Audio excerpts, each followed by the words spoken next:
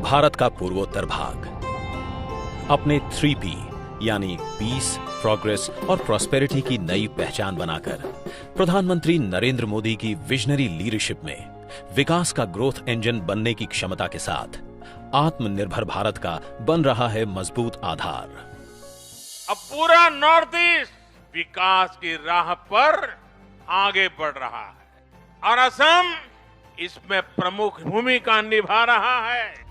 समृद्ध और आत्मनिर्भर भारत को लगातार मजबूती देते असम सहित पूरे नॉर्थ ईस्ट रीजन में एलपीजी की मांग तेजी से बढ़ रही है। प्रतिवर्ष लगभग 730 टीएमटी एलपीजी की मांग वाला ये क्षेत्र अपने स्रोतों से सिर्फ करीब 27% की पूर्ति ही कर पाता है।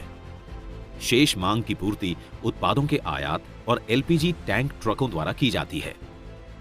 इसी को ध्यान में रखकर पश्चिमी असम के बोंगाई गांव में स्थित इंडियन ऑयल के रिसर्च एंड डेवलपमेंट सेंटर द्वारा विश्व प्रसिद्ध इंडेन मैक्सिमाइजेशन यूनिट यानी इंडमैक्स किया गया है विकसित।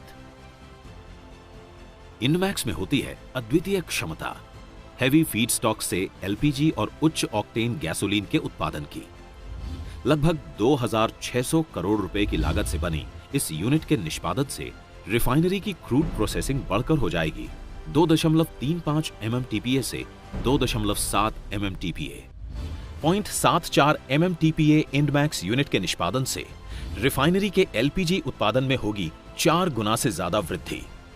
लगभग 55% बढ़ेगी इस क्षेत्र में क्लीन और ग्रीन एलपीजी ईंधन की आपूर्ति।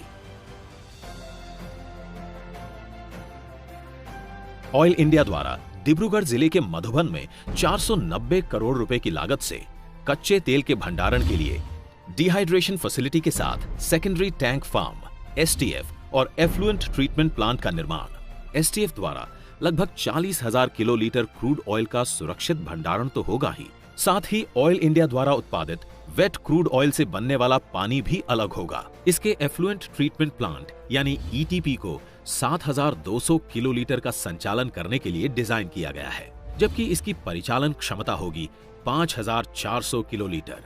इस प्रोजेक्ट से ऑयल के लिए कच्चे तेल के भंडारण की बढ़ी हुई सुरक्षा होगी सुनिश्चित, साथ ही ये होगी पर्यावरण के भी अनुकूल।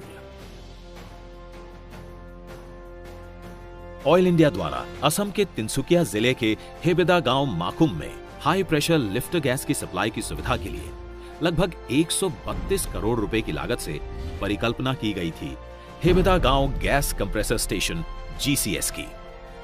साथ ही ये जीसीएस वार्षिक 16,500 मीट्रिक टन कच्चे तेल के उत्पादन में वृद्धि के माध्यम से हाइड्रोकार्बन उत्पादन में भी देगा योगदान।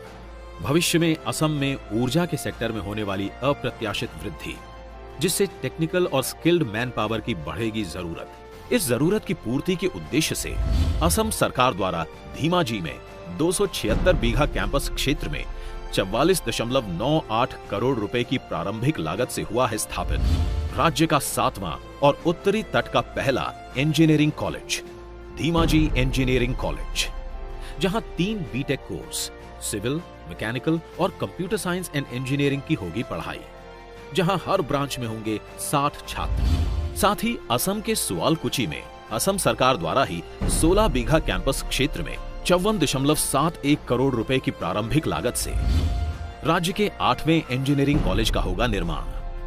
यहां भी 3 बीटेक कोर्स सिविल, मैकेनिकल और कंप्यूटर साइंस एंड इंजीनियरिंग की होगी पढ़ाई, जिससे राज्य में गुणवत्तापूर्ण इंजीनियरिंग शिक्षा को मिलेगा बढ़ावा।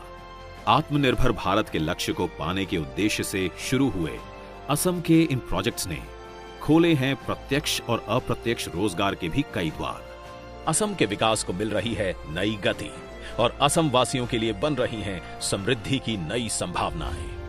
आज प्रधानमंत्री नरेंद्र मोदी कर रहे हैं Indane maximization unit, dehydration facility के साथ सेकेंडरी टैंक फार्म एसटीएफ और एफ्लुएंट ट्रीटमेंट प्लांट एवं गैस कंप्रेसर स्टेशन हेबेदा गांव माकुम को राष्ट्र को समर्पित।